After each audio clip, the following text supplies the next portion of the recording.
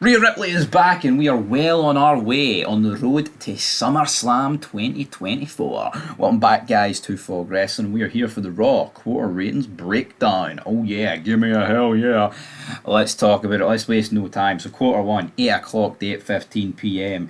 We had a Raw recap. Rhea Ripley, Dominic Mysterio, and a Liv Morgan live promo. This drew 1.946 million with a 0.65 in the demographic, 861,000 viewers. Now, this was, in fact, the highest quarter of the show, and it was the highest 18 to 49 of the show. Is that really any surprise? No. I like the fact that SmackDown's consistent, Raw not so consistent. We move into quarter two. We had an ad break, backstage angle between just more of the same people. Then we had Sheamus and Bronson Reed at the beginning of that match. We actually lost 16% of the viewers.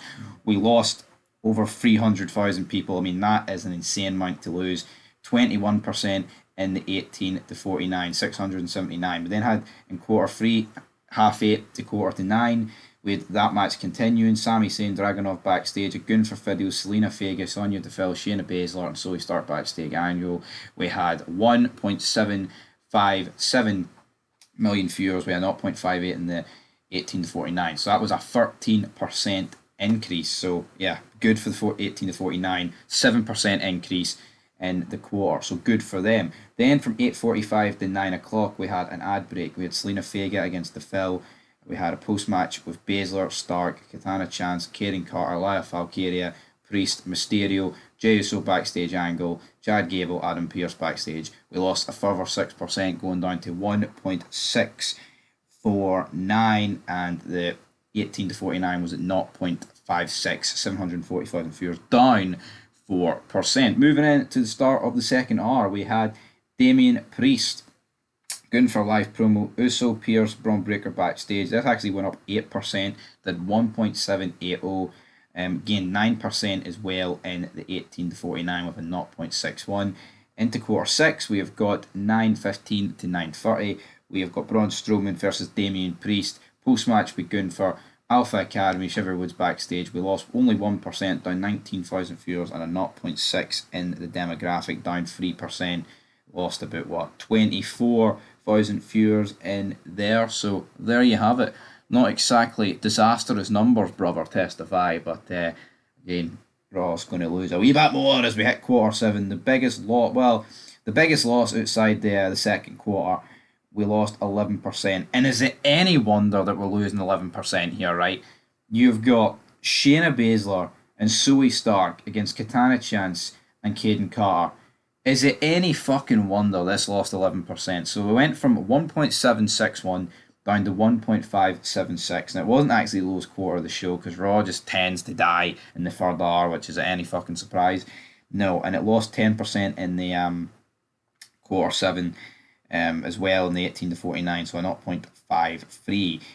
But the good news is they managed to improve it a wee bit in quarter eight with the Miz video, the Judgment Day backstage angle. We had Drew McIntyre and Adam Pearce live promo. We gained 11% back. We went up near 200,000, and we went up over 100,000 in the 18 to 49 with a 15% increase up to a 0.61. So, it just shows you, like, the draws will do relatively good. I think they need to start dragging out the draws across the show. See this, whole inclusive thing where we've got to we've got to have a lot of women on the show. We've got to have a lot of flippy, dippy, midget, gymnast men. It just doesn't fucking draw, alright? And you know what? You take Shayna Baszler in that tag team match, this rating would get boosted up quite a lot if you just tried to drag some of the guys that actually are worth a damn across the show. But the reality is, they couldn't do that. Alright? And it fell flat on its face, to say the least. We then had the continuation of that segment with Seth Rollins in quarter 9, 10 o'clock to 10:15. We lost 3% down to 1.693, and the quarter lost 2% as well, down at 13,000 viewers to 0.60. Up next, though, another massive loss with Jey Uso against Dominic Mysterio post-match with Morgan, Rhea Ripley, and Eli Dragunov video. This was quarter 10, 15 to 30, 10, 15 to 30. But they've lost 10% into 1.527 and doing a whopping 17% in the quarter, well, in the 18 to 49. So that's a massive change there. awful. I mean, that is the biggest decrease of the show.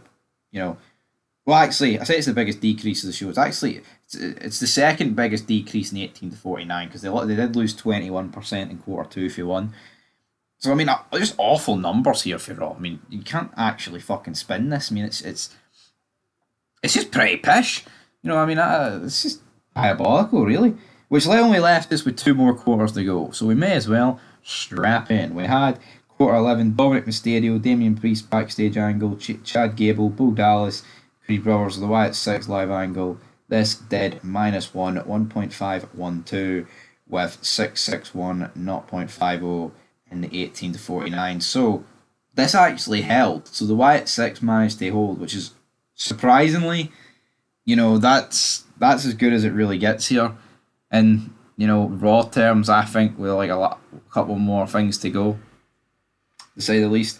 Normally they just nosedive, and that was quarter 11. And the final quarter of the show, the 10:45 to 11 o'clock, Sami Zayn versus Eli Dragunov post match with Braun Breaker lost 4% down to 1.444 with a 0.48 in the 18 to 49, losing 5%. So the final quarter 12, did the lowest number and did the lowest demographic with the 18 to 49. So there you have it.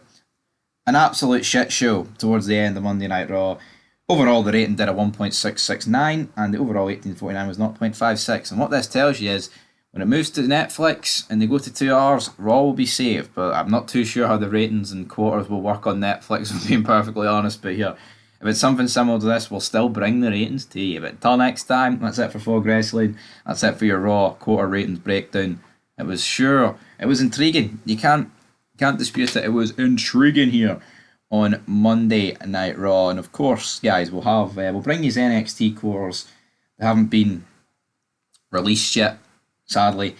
I'll say sadly. It's less work for me to do, guys. Are you not entertained? Are you not fucking grateful that Big Stevie Cool doesn't have to do as much work? I think you should be entertained. But anyway, guys, leave your thoughts down below. And until next time, Big Stevie Cool signing out.